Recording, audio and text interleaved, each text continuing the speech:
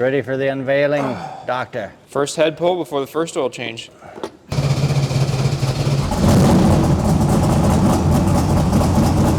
He got baptized by a streetcar.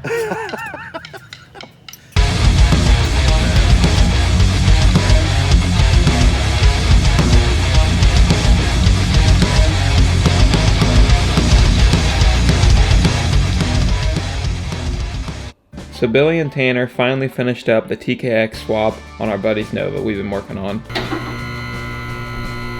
I think that these should be smashed with my excavator once we get them off, so they can't contaminate any other vehicle. This project is finally finished after a complete strange overhaul from a rear end to disc brakes. We also got new RC comps and TKX 5-speed. The only thing left to do was take it out for a test drive.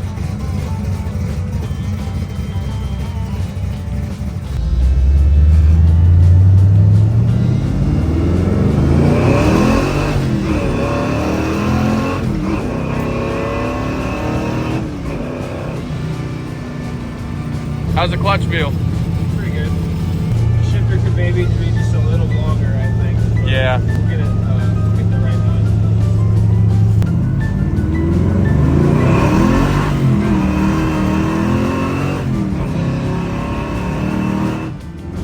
First gear, this thing's perfect with the rear end gear ratio and everything. It's like spot on.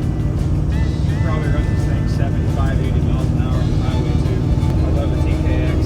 I'll definitely have one in my next stick shift build. Now it's time for the next project.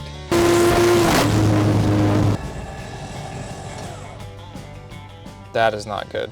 All right, so we are working in the shop today, taking the heads off the Supra, or I should say the cylinder head off the Supra. And we're gonna see what we can find. Take the head to Bob. We need to get valves. We'll get some valves and we'll put it back together. Hey, you got a big Allen? Allen? Yeah, because I have a feeling behind these caps, there's head bolts down there. I'm not a professional at pulling these apart, but if I was to guess. Bucko's gonna be trying to put this in his coupe. You done bumped your head. What you should do is pull this out and go find yourself a 292 6-cylinder Chevy and smack a turbo on it. Oh, that was right out of the junkyard and then start spanking people with it. I don't know about that. I do. Look at the How many opals. liters is that? I don't give a f about liters. Look at you go. All professional and everything. Bucko's liking what my toolbox I don't feel like I need to disinfect myself. What the f is this thing called? Supra 2JZ. A Supra 2JZ? Yeah. Supra 2JZ pulling the head.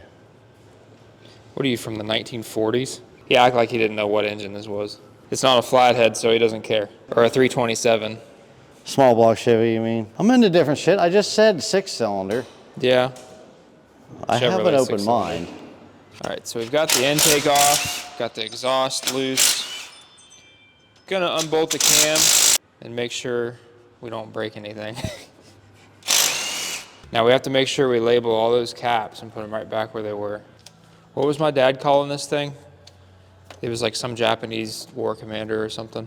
It's hard to say what. Shared a post. Tojo. Tojo, yeah. Tojo down. It's an engine. Engine's an engine. It don't matter if the Japanese designed it or whoever. It's still a piston engine. It's just, it sucks on engineering. You know how many people I get that absolutely hate this car on my channel? Oh, I'm sure. They just can't stand to see anything other than a small block Chevy with a carburetor. I think I like working with different cars because I learn something from each one, and it helps me relate it back to all the other ones. Yeah, well, the engineering between something like this and a small block Chevy or an old small block inline 6 is the simplicity of it. This one's getting into more alloys. You got cooling, heating, and expansion and contraction values between the block and the head and the cams. Because you can see the cams are made out of steel, the head's made out of aluminum, the block's cast. So you got 3 different compounds there expanding, contracting all at the same time. So it's, It looks like the caps are aluminum. yeah, they are.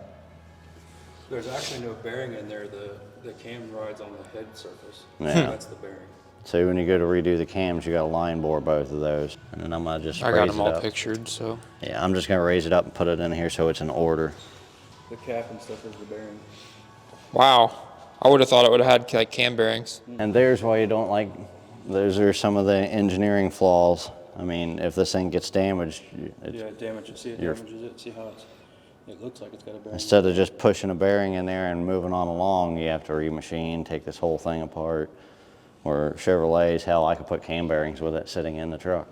And then the valve springs have, looks like shims on top of them. They're cups.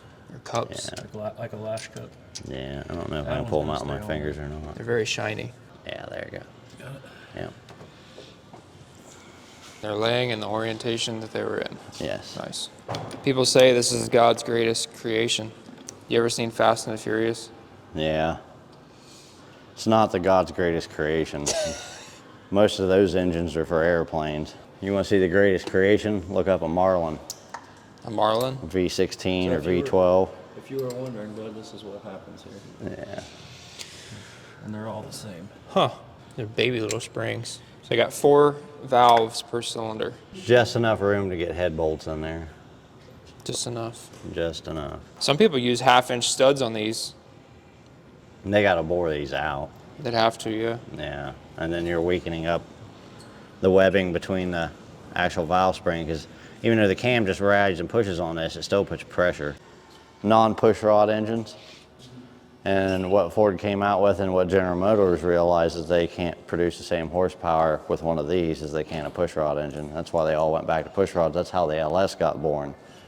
It's because Ford was going from their fucking overhead cam designs back to a fucking push rod motor, and the LS was a failed design that Ford didn't accept. And they sold to General Motors, and General Motors started producing it. Another end result is the push rod engine actually produced more horsepower, it's more reliable than these overhead cam units. And if you'll notice now, even Ford's performance engines now are push rod engines. And they're the ones that came out with this bullshit. Except for the Coyote. It's doing pretty good. It is? I haven't watched that too much. It's got the war record right now. Yeah. All right, that feels all right. And I'll work my way out from the center to the outside because it's aluminum head. And if you went torque one side, it sits there and bends the head. If this video sucks, it's because our camera guy's in here. Our media is editing a video right now. B Squad's on it today. You could almost get the water pump without having to take this pulley off. Just about. But they leave one thing in there to fuck you every time. It's ready for the unveiling, Doctor. First head pull before the first oil change. Where's our lube tech? Is it heavy? It's just awkward.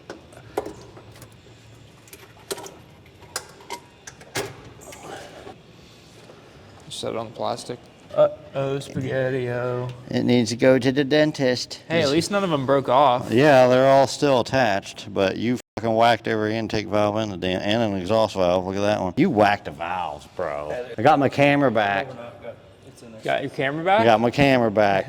You know what it looks like? What? A miniature 6-cylinder Chevy. So I keep telling you guys. No, I mean, you could take that abortion out of there and toss it to the side and throw your 292 in there and then probably rip the chassis in half.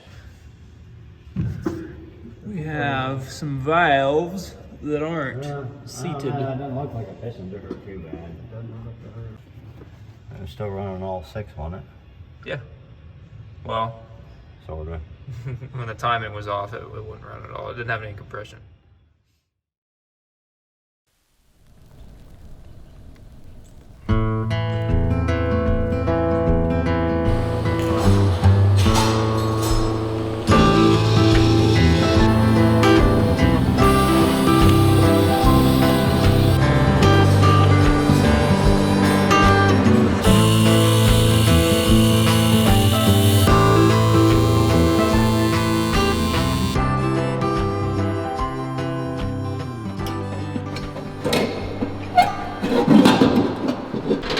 That's real cute, Billy. It's over top of it, so we're just gonna feed it in there. It's definitely gonna be easier to cut it in this straight and kick it down with a If pie. we do that, it'll be pretty close, and the only thing we'll have to do is probably cut this off a little shorter. There's your pie cut to add there. If you cut this off right there, there's your pie cut that'll kick this down where it needs to go, and then you can cut that back at an angle if you want to. Yeah. Which in a way, we kind of need to cut it off here and put a new piece of pipe on it so we can make the mounts, fix the mounts. That's fine. Yeah, we'll put a new piece on the end. Yeah, we can just off cut a new here. piece and put on the end. and make new mounts for it, so where they've been broke so many times.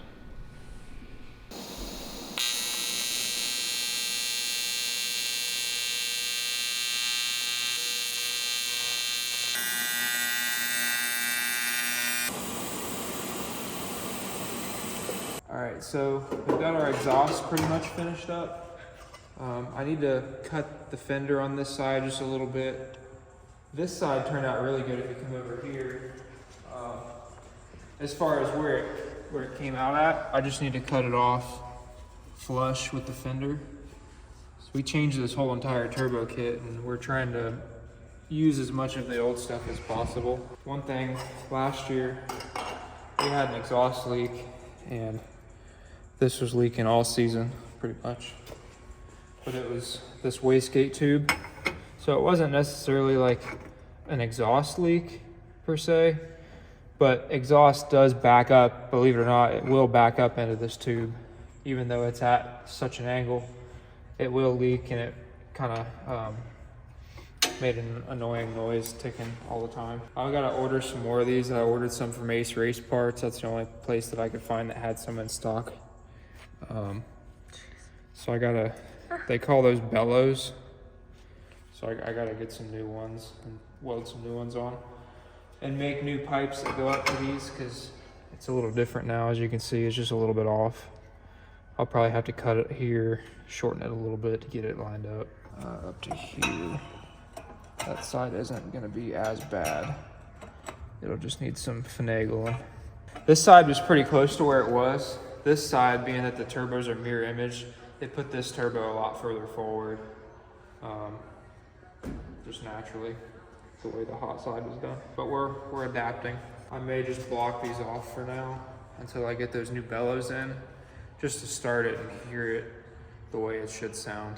And just hold it from the bottom right here. That would help. Yeah. Look at that.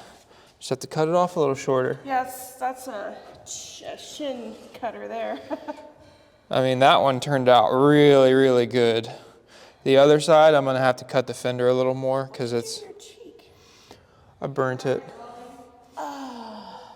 So I had a piece of filler wire in my hand, and I went to itch my cheek, and the filler wire went tss, and I saw the smoke out of the corner of my eye. I was like, man, we're in pretty good shape now. Let's see how our turning radius looks. That's plenty.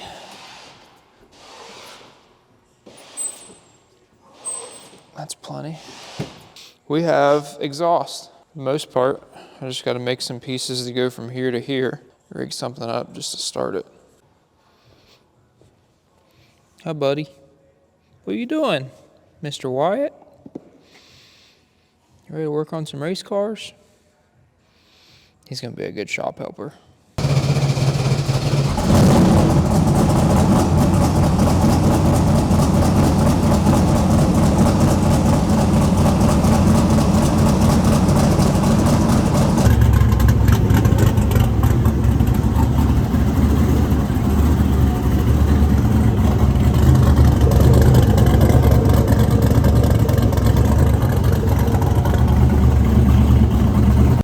All right, that's gonna about do it for this upload.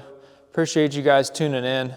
We've got this thing really close to going to the track and being able to test. Got a few little things left. Got to make some wastegate tubes to the exhaust, and then we have to just do a little trimming on that fender over there, and then trim this exhaust up a little bit. Change the flex plate, and really we should be in there. So we got to pull the transmission back out. This converter is a little bit different and doesn't take the old flex plate that we had on the old motor. So yeah, just little minor things, and we should be ready to test here soon. We might bring it down to Florida with us this coming weekend. Not sure yet. We don't really want to rush anything, and I want to make sure that the tune is just right before we go out in there. I'd really like to get it on the dyno, or at least be able to make some rolling pulls before we take it to the track. But yeah, this thing's getting really, really close. Sounds great, and it should run a hell of a lot better with these mast heads, bigger cubic inch engine, Dart 6-bolt block, bigger turbos. Should be a real treat for Tommy to drive. So, oh, by the way, if you haven't already, make sure you've clicked the notification bell Make sure you never miss an upload. I know a lot of people were like, when are you gonna upload? And then they don't see it. For some reason YouTube doesn't show it. Even if you are subscribed, they don't show it that we uploaded. So if you click that notification bell, it'll send you a notification as soon as we upload. Appreciate you guys. See you next time.